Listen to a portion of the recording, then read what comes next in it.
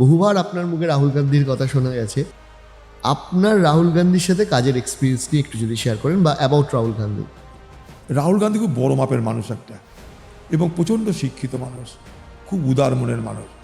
বাইরে যে দেখেন না, রাহুল গান্ধী তার উল্টো একদম।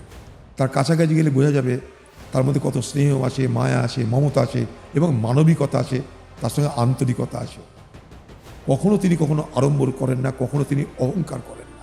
সম্পূর্ণভাবে একটা অহংকারী ব্যক্তিত্ব, যে কখনো নিজের জ্ঞান নিয়ে, কখনো নিজের বংশ নিয়ে, নিজের পাণ্ডিত্য নিয়ে, নিজের শিক্ষা নিয়ে, যোগ্যতা নিয়ে কখনো বড়াই করেন না। Down to earth personality.